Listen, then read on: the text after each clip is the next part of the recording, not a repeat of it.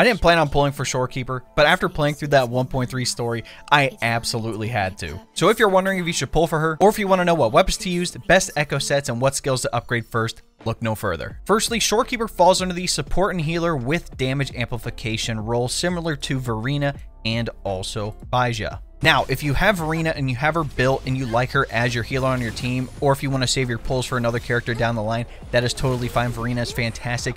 But Shorekeeper comes with some other strengths that Verena and Baija can't do. Her strengths include, number 1, through her Resonance Liberation, you get persistent off-field healing and a powerful crit rate and crit damage buff available to all allies. And number 2, similar to Verena and Baija, she has damage amplification, knockdown recovery, and a knockout prevention similar to Baija's S5. At this point, I did manage to get her to level 90. Now to reach max level, here are all the Ascension materials you're going to need.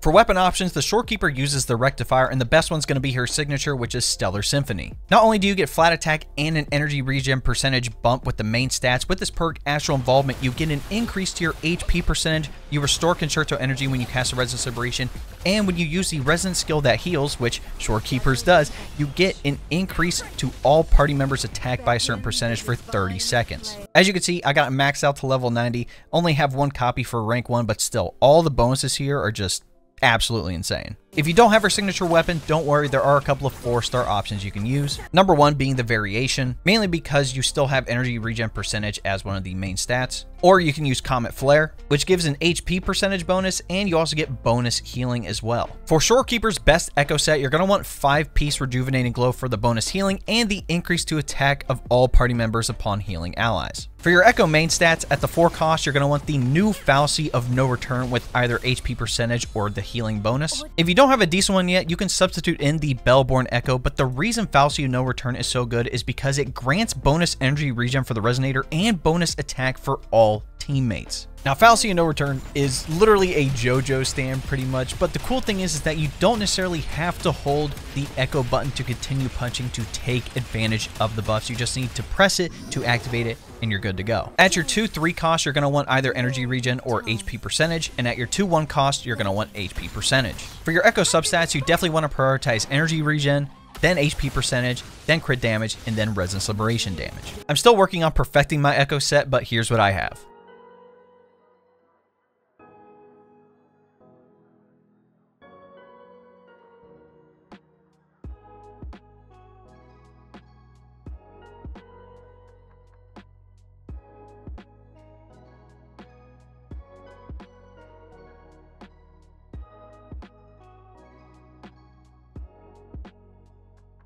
For Shorekeeper skill priorities, I would first focus on upgrading the intro skill, then the Resonance Liberation, Resonance skill, Forte Circuit, and then lastly, the normal attack. And here are all the materials you're going to need to upgrade those skills.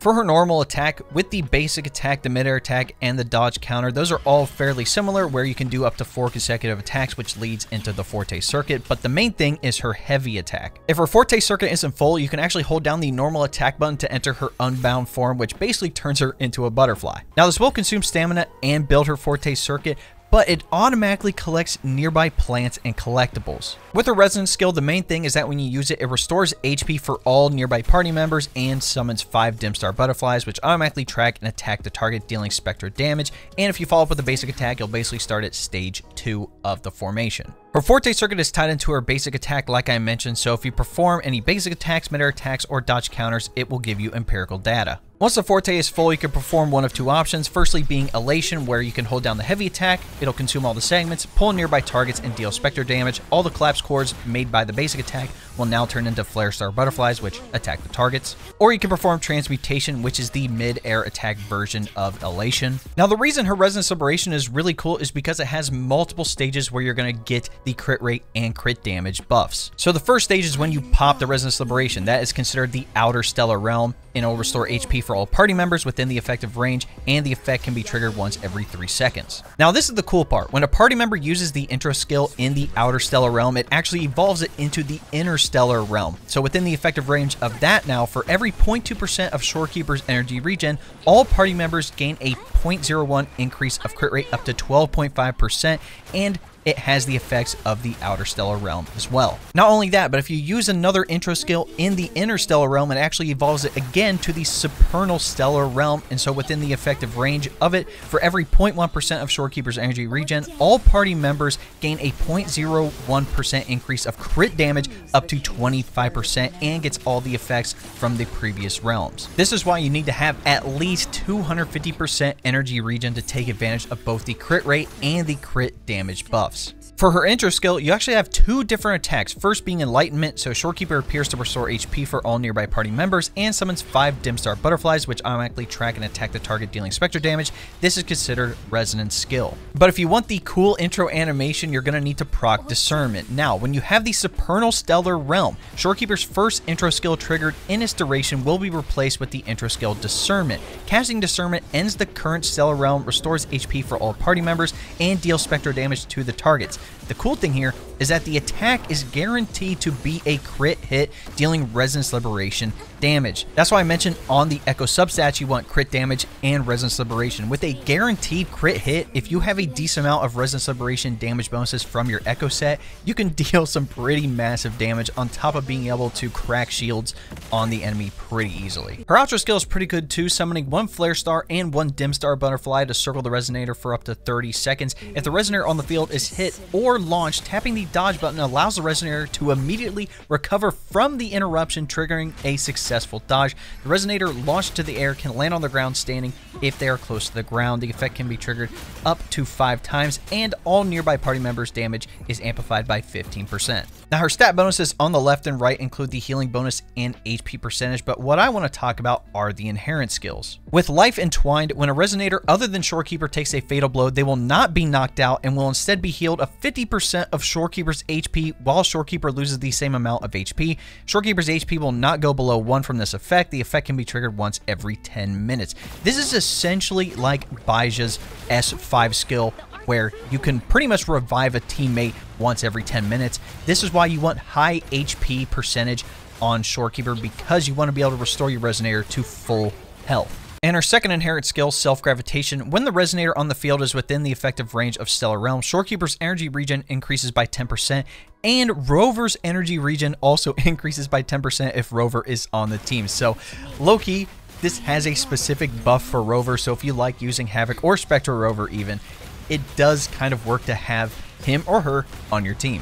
Now, if you've saved up your pulls or are a whale and you want multiple copies of Shorekeeper, she does have some pretty interesting bonuses. Her S1 buffs her Resonance Liberation, increasing the effective range of healing and buffs by 150%. The duration is extended by 10%, and casting the intro skill Discernment no longer ends the existing Stellar Realm. Her S2 is insane, and I would recommend stopping here if you want to save your pulls for another character or another signature weapon and whatnot, but essentially, her Resonance Liberation now increases the attack of all nearby party members by 40%. So not only do you get the healing bonuses, a crit rate, and a crit damage bump, you also get an attack bonus just from having S2. Her S3 gives Shorekeeper 20 Concerto energy when she uses her Resonance Liberation. Her S4 gives you 70% additional healing when you use your Resonance skill. Her S5 extends the range of Basic Attack 3 by 50% and Elation by 30%. Now, if you've gotten all the way to S6, she's absolutely broken. It's kind of worth having it because it increases the damage multiplier of her intro skill Discernment by 42%. Now, this is the special intro skill,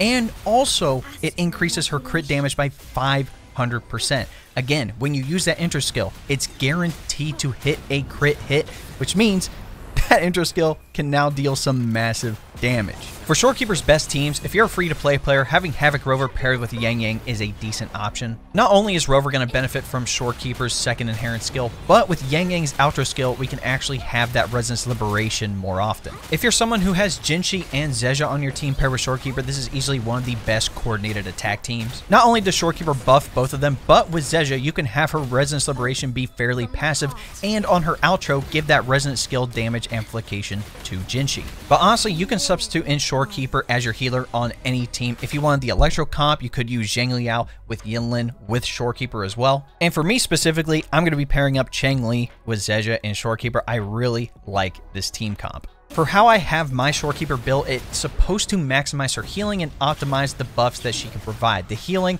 again, scales off her HP, and for the crit rate and crit damage boost, that's going to scale off her energy regen. That's why the priority stats are exactly those two things, HP percentage and energy regen. But that, ladies and gentlemen, is my Shorekeeper build guide. I hope that it helped you out if you're looking to build into her. Like I said at the beginning of the video, I didn't initially plan on pulling for her, but like what I did with Zezia, I just couldn't help myself. After going through the story, I really liked her.